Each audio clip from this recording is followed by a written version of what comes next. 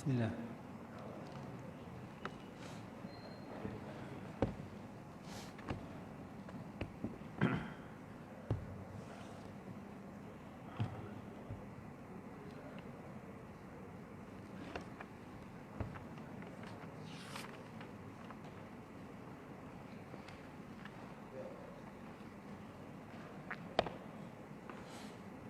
A'udzubillahi minasyaitonirrajim. Bismillahirrahmanirrahim. Assalamualaikum warahmatullahi wabarakatuh. Alhamdulillahi rabbil alamin wal 'aqibatu lil muttaqin wa la 'udwana illa 'alal zalimin. Asyhadu an la ilaha illallah wahdahu la syarika lah wa asyhadu anna sayyidina Muhammadan abduhu wa rasuluhu as-safiyyuhu min khalqihi wa habibuhu ballagha risalah wa adda al-amanah wa nasaha al-ummah وكشف الغمة وتركنا على محجة البيضاء ليلها كنهارها لنا إلا هالك صلاة الله وسلامه على حبيبنا المصطفى صلى الله عليه وسلم وعلى آله وصحبه ومن اهتدى بهديه ومن استنى بسنته ومن اقتدى بقدوته ومن استهدى بجهاده إلى يوم الدين سبحانك لا علم لنا إلا ما علمتنا إنك أنت العليم الحكيم ولا حول ولا قوة إلا بالله العلي العظيم بسم الله الرحمن الرحيم نوينا تعلم وتعليم وتذكر وتذكير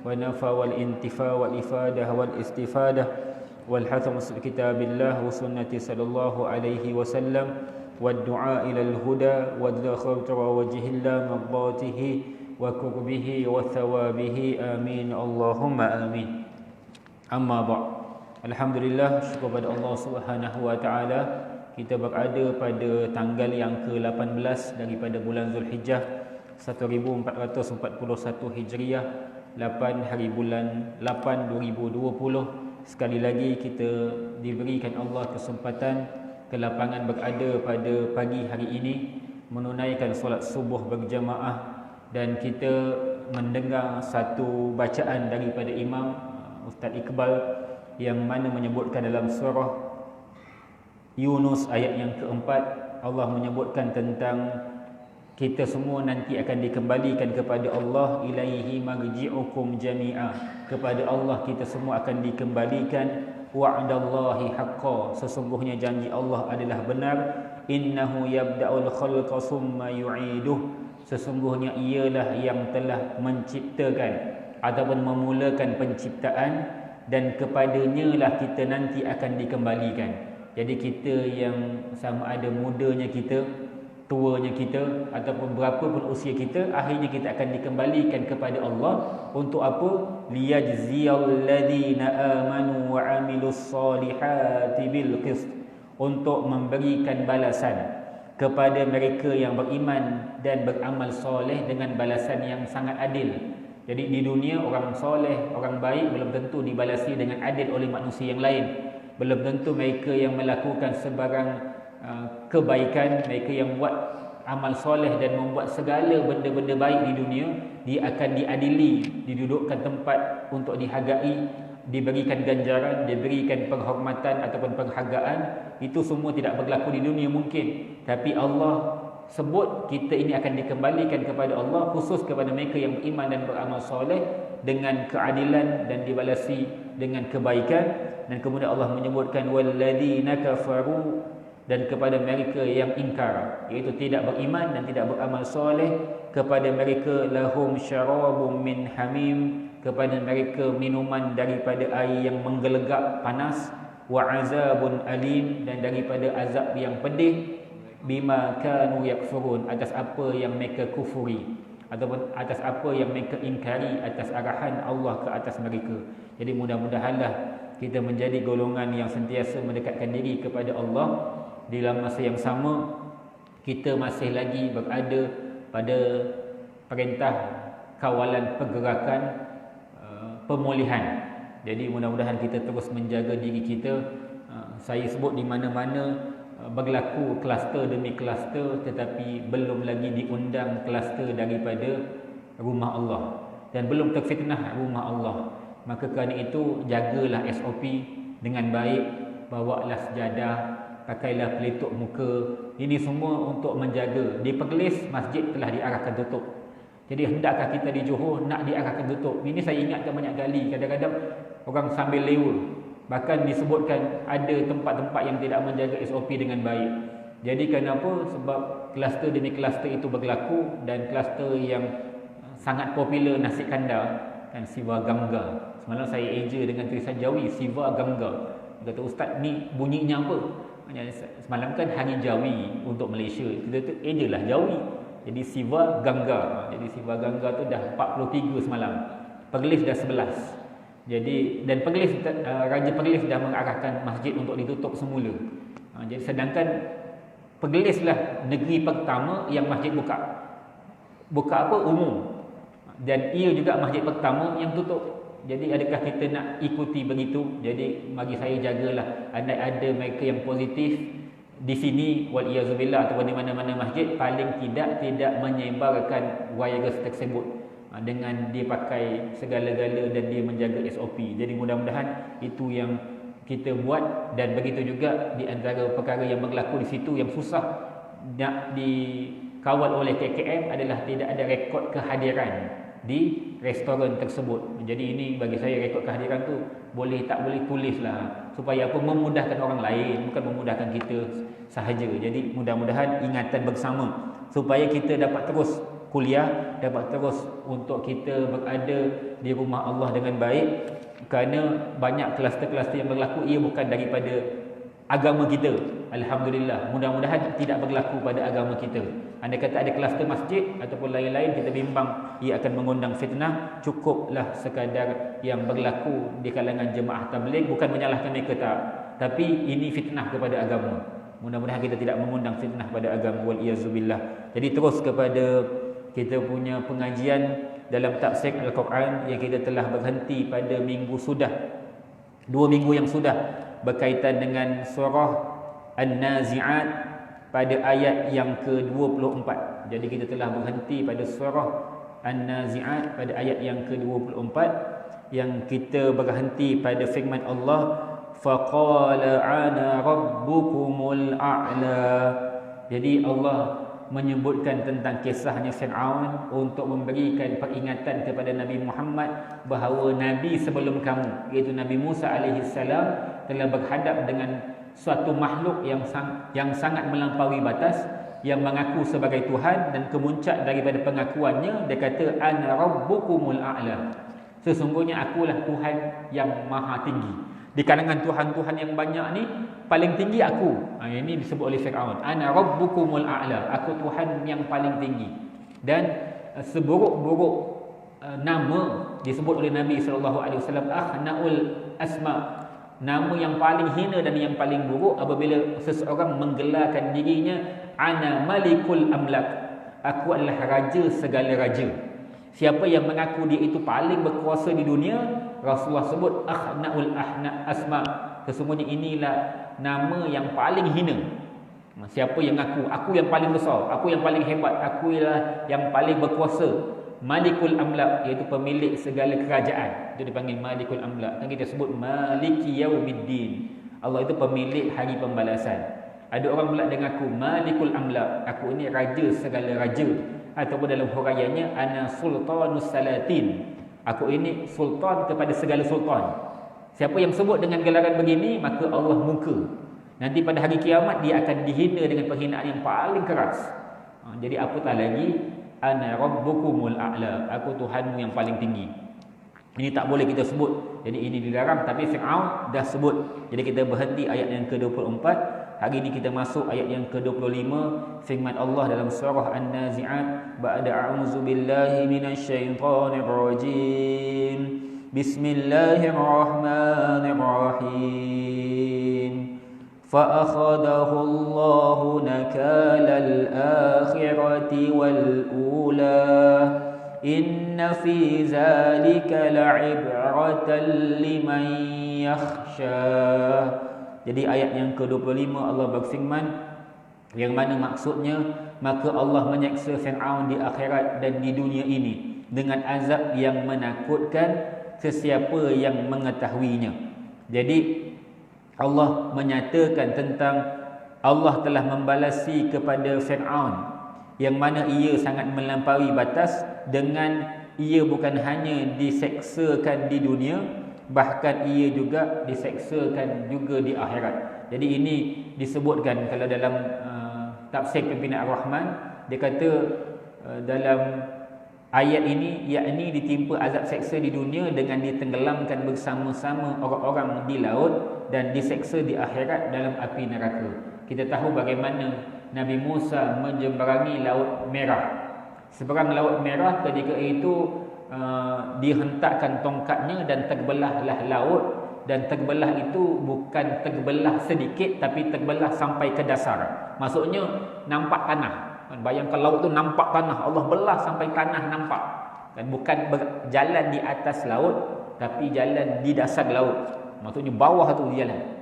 Jadi apabila berjalan sahaja, Fir'aun dia tengok Nabi Musa melintas. Kan Nabi Musa ketika itu dah tak mampu nak pergi mana dah.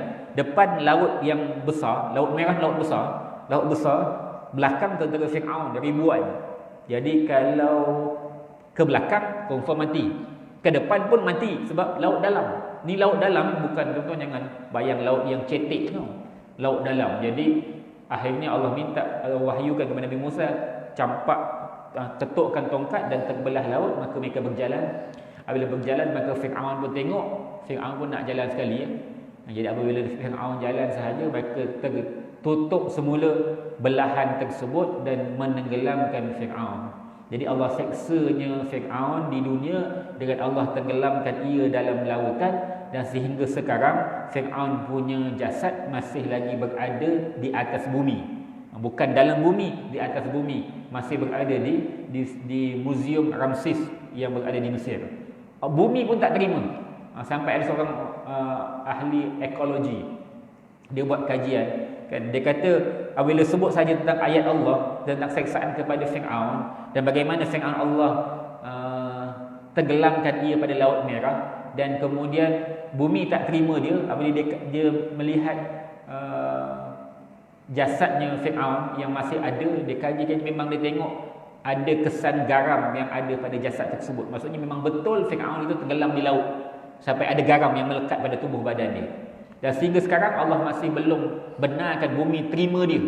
Dulu dia ngaku dia Tuhan, tapi sekarang ni aibnya Allah pamerkan. Nampak ni kesan Fir'aun ni. Sebab tu kita bukan salah untuk pergi ke ahram, piramid, bukan salah nak ziarah. Kita punya orang yang kita benci itu namanya Fir'aun, tengok muka kan, tengok muka dia kan buruk betul muka kan.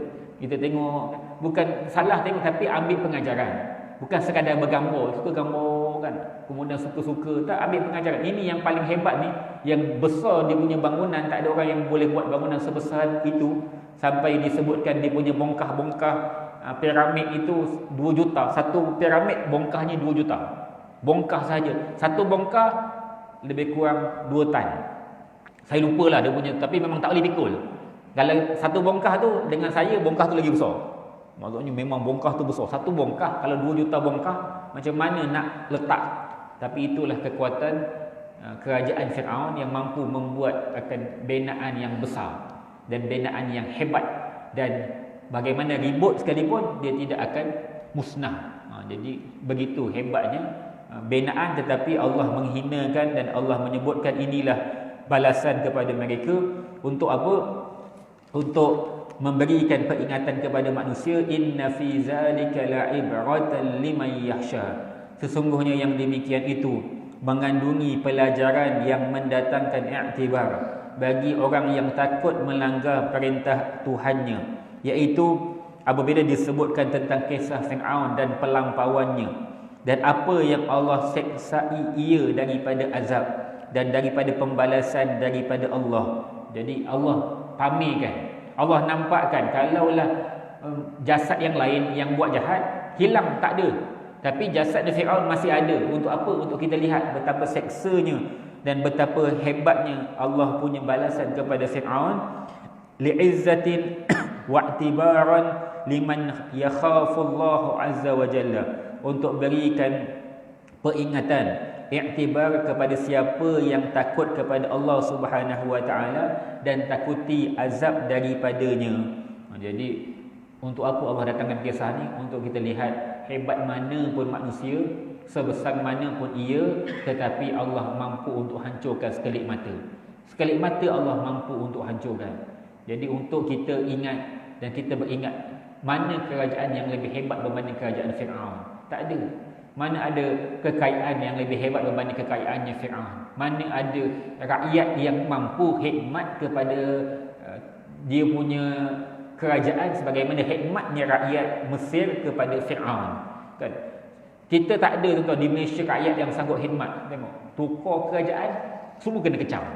Kerajaan mana pun, kerajaan dulu, kini dan selamanya pun kena kecam, kan? Kerajaan begini pun kena kecam. Semua datang sampai suruh apa-apa, bukan betul pun. Akhirnya asyik kena maki. Oh, kalau Fir'aun dulu tuan-tuan maki, dah kena bunuh tuan-tuan. Tapi sekarang ni saja-saja je. Kalau orang nak maki kerajaan ke, nak maki pemimpin ke, nak buat apa pun, kan? Tak ada orang nak menghambakan diri kepada kerajaan.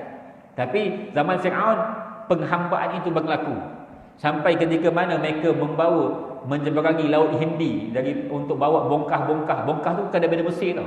Bongkah tu daripada negara yang jauh. Rakyat bawa. Dan nak bawa tu mana? Digunakan kayu. Kan dulu kan konsep untuk tolak benda berat dengan kayu bulat tu kan, kayu guling. Jadi disusun kayu untuk ditolak batu tersebut. Bayangkan berapa ribu kilometer mereka sediakan kayu tu untuk tolak batu satu persatu, dan berapa ribu rakyat yang meninggal. Sebab hikmat kepada Fir'aun nak benakan piramid. Lihat piramid, tengok rakyat itu berapa ramai terbunuh. Bahkan dalam tu pun banyak tulang-tulang dalam piramid. Sebab apa? Nak tunjuk berapa ramai rakyat yang telah mati sebab nak bina tu. Menghambakan diri kepada seorang raja yang zalim. Hebat tak kerajaan dia? Hebat. Sampai orang sanggup buat apa pun. Siapa yang tak ngaku Fir'aun Tuhan, bunuh. Tapi sehebat mana pun dia, Allah matikan. Tak ada mana-mana sultan, mana-mana kerajaan yang lebih hebat berbanding kerajaannya Fir'aun. Tapi musnah tak? Musnah. Dan Allah tinggalkan dia punya binaan. Untuk apa? Untuk lihat. Tengok ni, yang kamu bangga dengan binaan ni, sehingga sekarang Mesir masih lagi mendapat pendapatan yang sangat lumayan, kesan daripada peninggalan Fir'aun. Dan kerana adanya piramid, orang datang. Mesir dia kenal dengan piramid, sedangkan masjid banyak. Masjid Azhar, masjid-masjid yang pelbagai itu banyak. Tapi lebih hebat Fir'aun punya binaan. Apa dia? Piramid. Dengan hebatnya binaan tersebut, tapi siapa yang binanya? Mana dia? Habis. Musnah. Jadi kerana itu kita kena takut kepada Allah Subhanahu Wa Taala. Setelah mana Allah menghabisi cerita tentang kepelampauannya Fir'aun, kemudian Allah kembali untuk memberikan peringatan kepada mereka yang kafir di kalangan Quraisy, dan memberikan peringatan buat mereka tentang bagaimana hebatnya mereka tidak boleh menandingi akan hebatnya Fir'aun, bagaimana kekuatan daripada mereka. Tetapi Allah menyebutkan pada ayat yang ke-27, Allah kata, antum ashaddu khalqa amis samaa'u banaha, adakah kamulah yang paling hebat akan ciptaan? Dan wahai golongan-golongan yang ingkar pada Allah, adakah kamu itu sukar untuk diciptakan ataupun langit yang mana ia terbina dengan kukuh? Kita tengok diri kita, kita bangga kan? Oh, handsome, hidung mancung, pipi gebu, kan, badan sadar, kan, nampak kuat. Hebat kita ni, rasa bangga. Maka Allah kata, kamu ni lebih hebat ke amis sama ubanaha, ataupun langit yang kukuh? Kita dengan langit mana hebat? Langit lagi hebat, kan? Kita pernah sebut sebelum ni, tak ada ciptaan yang dicipta oleh manusia pada bangunan yang tinggi kecuali padanya mesti ada tiang, mesti ada asas. Dia mesti piling. Semakin tinggi bangunan di atas, semakin kukuh dia punya pasak di bumi. Sebab tu dia kalau lagi tinggi, lagi dalam dia kena tanam dia punya piling tu kan. Gitu bukan orang binaan. Nanti ustaz bukan betul pun, kalau tak betul beritahu. Kita nak sebut kalau dia akan ketuk ke bawah, lagi dalam kalau bangunan tu makin tinggi. Rumah kita tak adalah ketuk ke bawah tu, rumah kita tak tinggi, kan. Rumah kita berapa tingkat je. Tapi kalau bangunan yang tinggi tu dia akan ketuk makin dalam. Kenapa? Untuk nak kukuhkan binaan tersebut. Itu pun kalau gegar habis, kan. Baru ni berlaku gegaran di Beirut di Lebanon. Bom. Nak cerita hebat mana pun dia punya binaan, baru gegar sebenarnya yang meletup tu kat situ. Tapi gegarannya kena pada skala yang besar sehingga bangunan-bangunan sekeliling musnah. Itu gegarnya di satu tempat, bukan di gegar dekat bangunan tu sampai habis. Kan bangunan hebat mana pun dia mesti perlukan tiang. Tapi tinggi lagi langit ini sangat tinggi, berapa ribu kaki. Ni tak boleh kira lah. Tapi ada tiang tak? Kalau ada tiang mesti pilot dah lama terlanggar. Tapi tak ada langgar pula. Naik kapal terbang tak langgar pula tiang. Kau jumpa tiang? Tak jumpa tiang kan? Ini kata-kata hebatnya ciptaan Allah. Allah bina langit, carilah di mana pun tiang tak jumpa kan? Jadi yang meniangi adalah Allah. Yang meniangi adalah makhluk Allah juga yang menjaga, iaitu malaikat. Tapi ini Allah ciptakan satu binaan tanpa tiang. Sebab itu Allah sebut bahawa adakah kamu lebih hebat ataupun langit yang kamu lihat. Sebab setiap manusia boleh lihat langit, nampak langit, keluar sahaja daripada bangunan, tengok atas, itulah langit. Dan kemudian Allah sebut rafa'a samkaha fasawwaha, ia telah meninggikan bangunan langit itu lalu menyempurnakan. Jadi apabila Allah menyebutkan tentang ciptaan daripada langit, maka di situ Allah mahu menghinakan golongan yang ingkar kepada Allah, iaitu wahai kalian golongan yang musyrik, asyakku wa ashabu khalqa, adakah kamu yang paling sukar untuk diciptakan ataupun langit yang sangat agung lagi indah? Sesungguhnya siapa yang mengangkat langit dengan keagungannya, itu lebih mudah baginya untuk mematikan dan menghidupkan makhluk yang lain. Kalau yang menciptakan itu Allah yang Maha Agung, setakat nak mematikan manusia itu sangat mudah bagi Allah kan? Allah tak payah Allah jatuhkan langit, cukup sekadar Allah Allah gegarkan bumi, maka manusia boleh hancur. Kita kalau masuk bangunan dalam keadaan tidak lihat tiang, kita yakin tak dia selamat? Tengok ni ada ke tak ada ni. Tiba-tiba tuan-tuan nampak kipas ni kan, tak ada tiang atas tu. Tuan-tuan nak duduk atas, duduk bawah dia ke tak nak? Ya tak ya ni ada tiang. Ni ada, kita yakin lah. Macam lampu tu kan, saya banyak kali bagi perumpamaan lampu. Harap-harap yang bawah tu tak takut lah kan, lampu tu kat atas. Kita tengok tak ada tiang lah. Tengok terapung. Tuan-tuan rasa nak duduk bawah tu ke tak nak? Kalau terapung tu, mana ada orang nak duduk bawah, takut jatuh. Langit itu terapung. Bila-bila masa Allah nak jatuh, Allah boleh jatuhkan. Terpulang kepada Allah. Tapi Allah nak jatuhkan tak? Tapi andai kata Allah turunkan hujan, hujan pun manusia takut dah. Hujan lebat lagi dah, baru hujan. Belum lagi batu, belum lagi lain-lain. Jadi nak kata binaan langit yang tinggi tu tanpa tiang tu nak jatuh bila-bila masa boleh jatuh. Tapi kita tak takut. Sedangkan ciptaan manusia, kalau tanpa tiang kita akan takut. Kalau jatuh ni habis ni. Tapi Allah cipta tanpa tiang, kita tak takut pun. Bila-bila masa Allah nak jatuhkan, lagi mudah sebab tiang tak ada. Tapi manusia tak takut. Sebab itu apabila kita lihat tentang ciptaan langit, sebenarnya sangat mudah untuk Allah mematikan dan menghidupkan manusia. Bagaimana kamu boleh mengingkari tentang hari kebangkitan? Berkata Imam Fakhruddin Ar-Razi, nabba'ahum ala amrin yu'limu bil musyahadah. Allah berikan peringatan buat mereka pada sesuatu yang mereka boleh ketahui dan boleh terlihat dengan penyaksian, iaitu langit.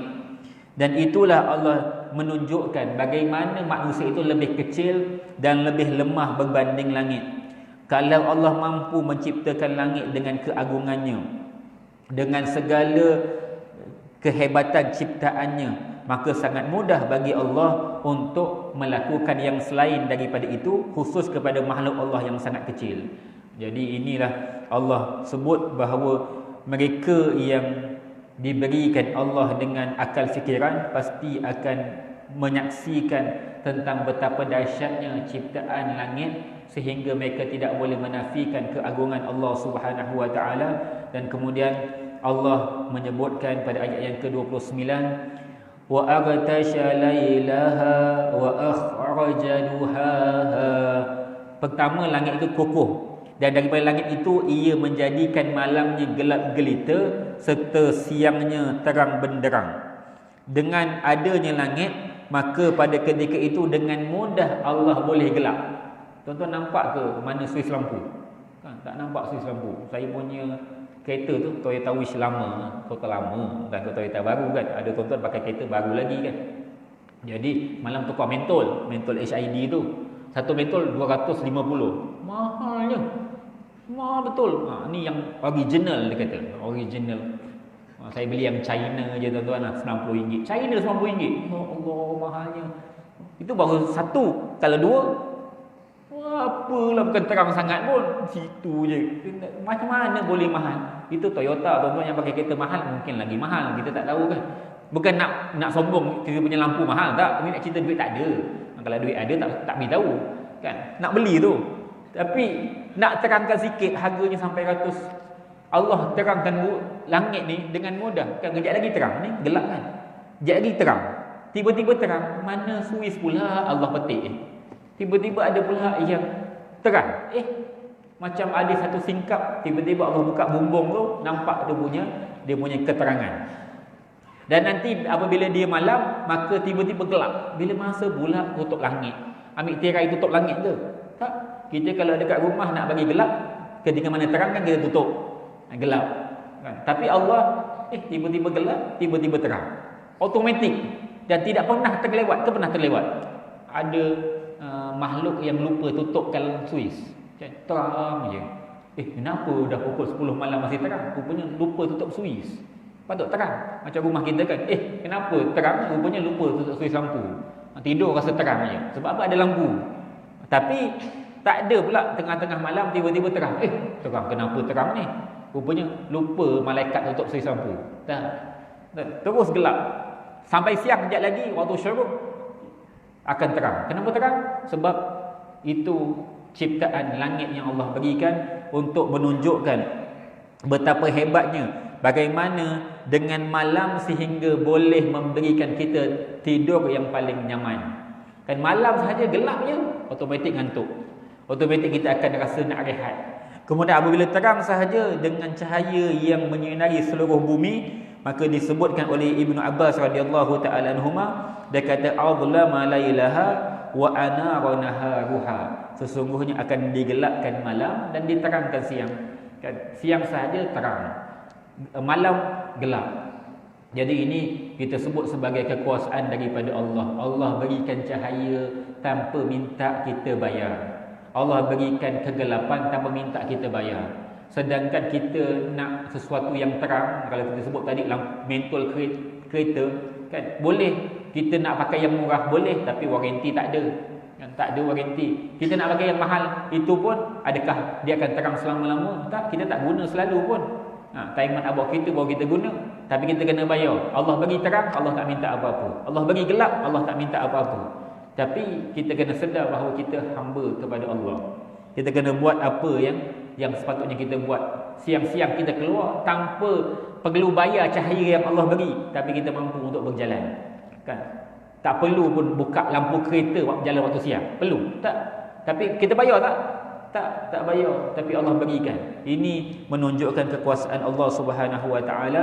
Dan kemudian Allah menyebutkan wal arda ba'da zalika dahaha, dan bumi sesudah itu dihamparkan untuk kemudahan penduduknya, iaitu apabila Allah jadikan langit, maka Allah jadikan bumi dengan hamparannya, wa mahadaha lisakana ahliha, untuk memudahkan manusia itu mendiami bumi. Jadi maksud daripada hamparan, macam kapetlah kita hampar. Dengan hamparan itu kita boleh buat macam-macam. Kita boleh duduk atas, kita boleh sujud, kita boleh berehat. Maka Allah hamparkan bumi untuk apa? Untuk manusia mendiami bumi. Kan kita buat rumah, kita pun duduk dalam rumah. Kita cucuk tanam, daripada cucuk tanam itu kita makan macam-macam. Makan buah durian, makan rambutan, makan pelbagai buah-buahan. Begitu juga sayur-sayuran. Begitu juga apa sahaja kita ambil daripada sumber bumi. Kan manusia boleh buat sewenang-wenang di bumi kan, dengan hamparan. Tuan-tuan kalau nak dapat tanah bukan murah. Dulu troka tanah ataupun ceroboh tanah, nanti pergi pejabat tanah minta hak milik. Sekarang ni susah. Ada orang, saya ni sekarang ni tengah baik dengan pentadbir tanah, tengah baiklah, tapi bukan ada kepentingan untuk tanah wakaf. Kan, alhamdulillah banyak juga tanah-tanah kita yang kecil-kecil ni, dia kata ustaz, saya tak akan semak geran kalau tanah tu tanah hak milik kerajaan, kita akan bagi lagi pada Majlis Agama Islam. Maksudnya kalau kubur tu kecil, dia akan bagi lagi sebelah untuk besarkan kubur. Baguslah. Tak payah bayar pun. Kita punya cukai di Johor, alhamdulillah, cukai tanah untuk wakaf dominan, iaitu RM1 setahun. RM1 tanah wakaf. Tanah-tanah tuan-tuan mahal sikit lah. Jadi kita nak mohon tanah tu kena bayar tak? Kena bayar. Kan? Kita kena bangunkan, kita kena buat macam-macam. Jadi harga tanah pun mahal sekarang. Kalau beli rumah, ya Allah, adalah berapa kaki persegi sekali rumah dekat Johor Bahru mahal-mahal. Kan? Semua RM1,5 juta ke atas. Tak tahu lah tengok rumah, tak rupa rumah kecil tapi mahal. Ya Allahu akbar. Tanah lagi tak ada. Masuk terus pintu. Jalan sikit jumpa dah pintu dapur. Habis. Sikit no. Kan? Rumah kecil betul. Kadang-kadang kesian tengok kan. Macam tu pula nak kena kuarantin dekat rumah seorang satu bilik. Mana boleh. Tak boleh duduk rumah tuan-tuan seorang satu bilik ke? Tak, kongsi. Kan? Kongsi bilik, anak-anak pun kongsi, tak boleh buat apa. Kan? Kalau kena kuarantin jangan jumpa orang 14 hari. Tak boleh kan, mana boleh, dia tak boleh buat. Nak sebut susahnya kita ketika mana kita nak memiliki tanah. Tapi Allah kata, aku hampakan tanah ini untuk kamu buat apa pun. Cucuk tanam. Dan kalau tanah tu tanah kosong, tuan-tuan buatlah apa pun. Kalau itu tanah tuan-tuan buatlah. Untuk apa? Kemudahan manusia. Sehingga daripada bumi lah kita mengambil rezeki daripada Allah. Lepas tu Allah kata kami hampakan. Hampakan apa? Untuk kemudahan manusia. Yang paling banyak menggunakan tanah ataupun menggunakan hamparan bumi adalah manusia. Makhluk yang lain dia guna sekadar sahaja. Tapi manusia dia boleh buat apa dengan bangunan? Tengok betapa banyak bukit yang ditarah. Yang ditarah dia ratakan untuk apa? Benakan bangunan-bangunan. Akhirnya dijual dengan harga yang mahal. Kan? Baru buat harga tu, ambil ada sekitar dalam 10 ekar. 10 ekar dia rata semua, dia bangunkan rumah, berapa juta dia dapat. Kan? Kerana itu sahaja. Manusia mengambil manfaat-manfaat yang banyak. Sedangkan makhluk yang lain tak ada pun tarah bumi ada. Ada makhluk lain tiba-tiba potong bukit, tak ada. Tapi manusia potong bukit. Kan yang paya, dulunya paya, dia tambak jadi pula ada perumahan, ada bangunan tinggi atas. Untuk apa? Manfaat manusia. Manusia mengambil manfaat yang banyak pada bumi. Makhluk lain tak mengambil manfaat sebagaimana manusia. Ini Allah sebut bahawa kami telah hampakan bumi untuk berikan kemudahan kepada penduduknya, iaitu manusia. Wa akhraja minha ma'aha wa mar'aha, dan ia mengeluarkan dari bumi itu airnya, iaitu mata air yang terpancar dan sungai-sungai yang mengalir. Untuk apa? Dan tumbuh-tumbuhan yang tumbuh daripada air yang mengalir tersebut. Jadi daripada bumi itu, maka akhirnya keluarlah mata air demi mata air yang memancutkan akan airnya dan mengalirkan akan sungainya. Wa ambata fihal kala wal mar'ah mimma ya'kuluhun nas wal an'am, dan sehingga boleh mengeluarkan daripada bumi itu pelbagai jenis tumbuh-tumbuhan, buah-buahan, sayur-sayuran dan lain-lain. Ini kita sebut bahawa keindahan daripada bumi dengan Allah ciptakan air-air yang keluar daripadanya. Dan sampai orang sanggup pergi berkelah ribuan kilometer untuk hanya melihat keindahan daripada laut. Kalau tengok laut menghijau, ada orang yang suka menyelam, kan? Diver di kalangan mereka yang menyelam ni, dia ada laut-laut tertentu yang mereka suka pergi. Kenapa? Laut ni lain dia punya kehidupan. Laut ini lain dia punya kehidupan. Pergi ke dalam, ikannya lain. Pergi dalam, ikannya lain. Kita tak nampak. Atas macam sama, rupanya dalam tu lain-lain. Orang yang menyelam sahaja tahu. Kita nyelam takut tak timbul-timbul semula. Tu kita tak nyelam tu. Tapi ramai sebagian ustaz-ustaz dah mula menyelam. Itu dia punya hobi masing-masing lah. Kalau untuk kebaikan, melihat keindahan ciptaan Tuhan, sila. Dan memang ada. Jadi daripada air-air itu orang sanggup pergi. Ada orang sanggup teroka ke dalam. Kan? Pergi ke satu pegunungan, panjat gunung, kemudian daki tinggi, susah payah untuk apa? Untuk jumpa air terjun yang cantik di dalam. Biasanya air terjun yang cantik ni dekat dalam. Kan? Lagi dalam pergi air terjun. Lepas tu nak turun balik, ya Allah, seksanya, sakit lutut. Kan kita nak naik, nak tengok air terjun yang indah tu rupanya susah. Tapi kenapa manusia sanggup? Sebab itulah kecantikan ciptaan Allah. Bagaimana Allah boleh keluarkan mata air. Yang indah-indah ini Allah cipta. Tuan-tuan pergi Taman Tema, indah mana Taman Tema ni? Taman Tema air. Ada air pancuk sikit, ada air. Tapi Allah punya ciptaan lagi indah. Kan? Itu lebih baik yang kita nak pergi. Tapi daripada ini Allah nak tunjuk bagaimana Allah. Bumi itu Allah ciptakan mata air dan daripada airlah akhirnya keluarlah tumbuh-tumbuhan. Mana-mana pun tumbuh-tumbuhan yang memerlukan sumber daripada air. Dan sebab itu mana-mana tanam-tanaman dia bisa ada sumber air. Dalam zakat tanaman pertanian, kalaulah air itu sumbernya asli daripada Allah, maksudnya tak perlu sediakan paip, tak perlu sediakan takungan air, tak perlu nak simbah air yang kena bayar bil SAJ.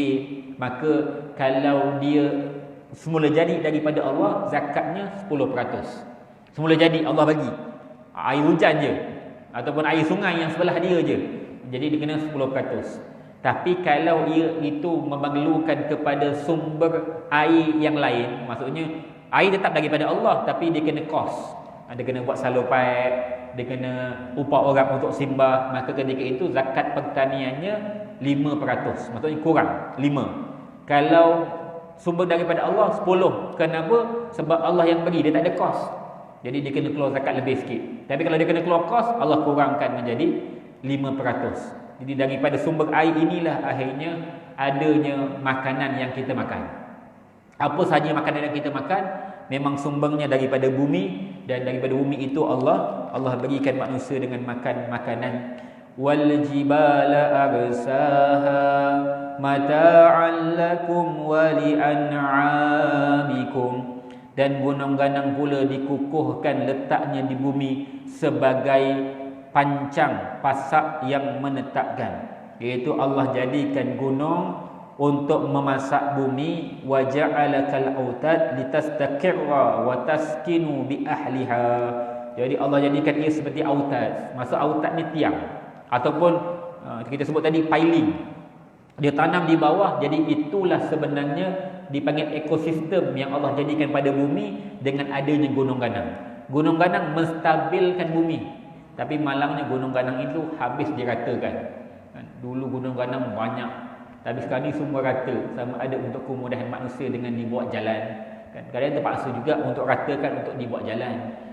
Ataupun untuk kemegahan manusia dengan kemewahan, dibuatkan bangunan besar, diratakan bukit untuk dibina bangunan-bangunan yang mencakar langit, dan kemudian dibuatkan perumahan-perumahan. Semua ni sebenarnya dia menghilangkan akan kestabilan bumi. Sebab Allah sebut, Allah kata Allah jadikan jibal, gunung ganang ni untuk pasak. Apabila dia hilang di antaranya, kenapa berlakunya ribut? Sebenarnya ribut ni dia akan jadi perlahan apabila dia menempuh gunung. Ada angin yang kuat daripada atas sampai gunung tapis, maka keluar sahaja daripada gunung tinggal sikit je angin tu. Macam kita tiup lah, kita tiup ada benda kat depan, tiupan yang kena pada sebelah, dia akan jadi lebih perlahan kan, sebab dia tapis. Itu tujuan gunung. Tapi apabila gunung dah dirata, tiupan yang kuat daripada angin habis kena kat bawah. Jadi itu yang berlaku.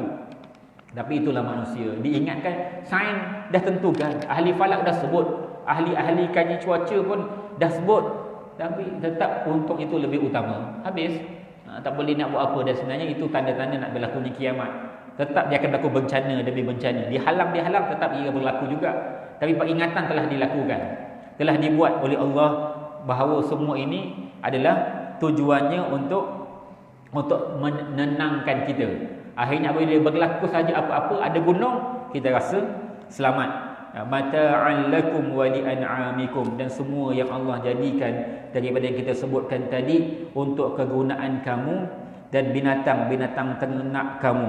Jadi apa yang Allah katakan tadi untuk kita memerhatikan bagaimana dengan terpancangnya mata air, dengan mengalirnya sungai-sungai, dengan tertumbuhnya tumbuh-tumbuhan dan pepohon-pepohon, semua itu untuk manfaat akan hamba-hambanya dan untuk memberikan akan kemudahan bagi kehidupan mereka.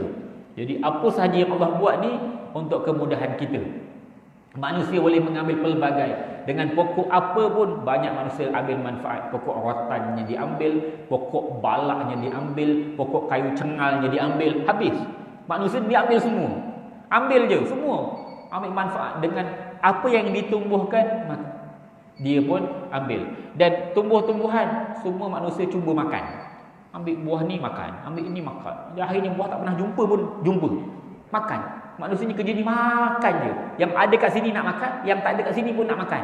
Apa dia? Buah import. Ambil strawberry, ambil anggur. Ada juga. Cukuplah buah dekat tempat kita pun tak pernah habis lagi.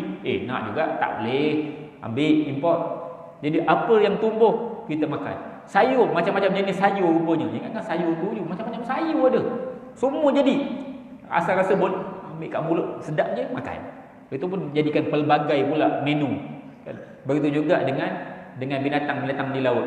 Semua kalau boleh nak makan. Kita kata minggu lepas, 2 minggu lepas, siput gonggong pun makan. Tak payahlah, siput gonggong makan. Kalau sampai nak makan tu kena congkel dengan apa? Lidi. Ambil lidi. Makan siput. Tak payahlah. Makan juga kan. Saya kata yang tak makan siput babi je. Sebab apa? Sebab ada nama babi kat belakang. Kalau tak ada babi kat belakang tu rasa dah makan dah. Tapi masa ada babi, nak makan siput. Siput ni sedap. Tuan-tuan nak makan siput gonggong dengan siput babi. Siput babi lagi banyak isi dia. Kan lagi so, kan, tapi sebab ada babinya, jadi tak jadi makanlah siput tu halal, babinya tak halal. Jadi akhirnya tak ambil. Kalau tak ada nama babi tu rasa nak ambil juga manusia. Jadi kita ni semua benda nak makan. Ketam jenis macam jenis ketam makan. Semua benda kita tak pernah jumpa. Mana jumpa binatang ni? Sedap tu makan. Akhirnya kerja je memakan. Manusia ni dia makan semua benda. Dan sebab itu Allah kata, apabila Allah jadikan semua ni apa? Mata'an lakum, untuk kamu dan untuk kamu punya haiwan-haiwan ternakan. Kan haiwan ternakan kita kan makan rumput-rumput. Kan? Rumput tu kadang-kadang dia tak cukup dengan rumput dekat tempat dia je. Sebab tu ada orang yang bela lembu, dia kata lebih elok tak payah ada kandang, bawa pergi mana-mana makan rumput. Pandai dia, tak nak keluar kos. Kan kalau kita bela kambing, dia ada kos kena apa? Tanam rumput khas untuk bagi makan kat kambing. Jadi dia tak nak, dia nak bela bersepah. Dia akhirnya makan rumput-rumput orang. Pergi makan. Yang itu dia kata lagi gemuk lembunya, terpulanglah, tak kisahlah apa nak buat kan. Tapi nak sebut bahawa semua ni Allah yang beri. Kita punya makanan Allah yang beri, dan kita punya haiwan ternakan pun Allah yang bagi makan. Jadi kerana itu kita ingatlah bahawa semua ini adalah daripada Allah Subhanahu Wa Taala. Jadi mudah-mudahanlah dengan sedikit daripada tafsiran kita daripada ayat yang ke-25 sehingga ayat yang ke-33 pada hari ini memberikan kita gambaran tentang kehebatan ciptaan daripada Allah Subhanahu Wa Taala. Jadi Allah jadikan semua itu untuk kita.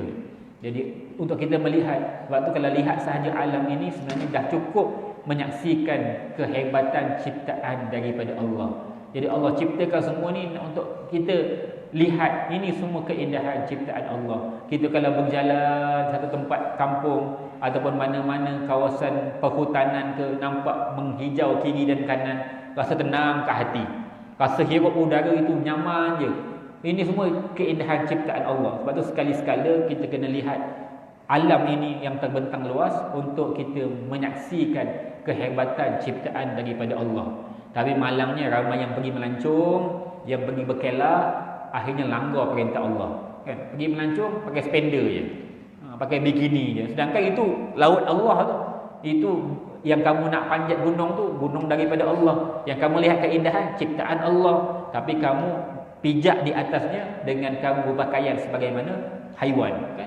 Akhirnya Allah murka. Jadi apa sahaja yang kita lihat, kita kena ingat bahawa itu semua keindahan ciptaan daripada Allah. Jadi wallahu taala alam, yang baik itu semua daripada Allah, yang lemah saya ampun dan maaf. Jadi insya-Allah saya sebut pada 2 minggu sudah kita akan membaca semula ayat setelah mana menghabisi surah. Jadi habis surah kita akan baca daripada ayat pertama sehingga ayat penghabisan bersama-sama, mengambil berkat daripada habisnya mentafsirkan surah tersebut. Jadi kalau tak habis kita akan berhenti beginilah, kita berhenti. Jadi insya-Allah kalau dah habis surah kita akan mula daripada awal hingga akhir untuk bacaan bersama. Insya-Allah kita akan cuba untuk menghabisi dua kali lagi untuk surah An-Nazi'at sebelum masuk surah Abasa, insya-Allah. Jadi yang baik itu semua daripada Allah, yang lemah si ampunan maaf. Mudah-mudahan ada kebaikan daripada apa yang kita sampaikan dan kita mengambil pengajaran daripada kisah-kisah yang kita sebutkan. Auzubillahi minasyaitonirrajim. Bismillahirrahmanirrahim. Alhamdulillahirabbil alamin.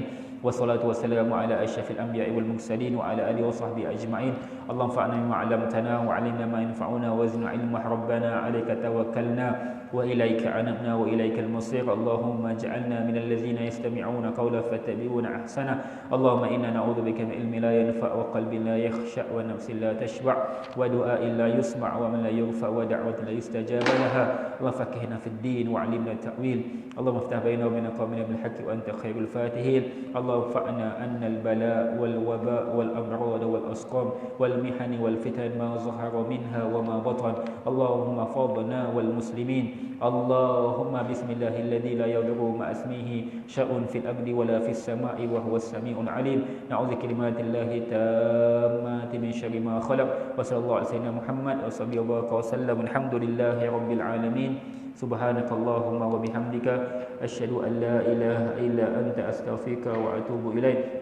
Bismillahirrahmanirrahim. Wal 'asr innal insana lafi khusr illa allazina amanu wa 'amilus solihat wa tawasaw bil haqqi wa tawasaw bis sabr. Assalamualaikum warahmatullahi wabarakatuh.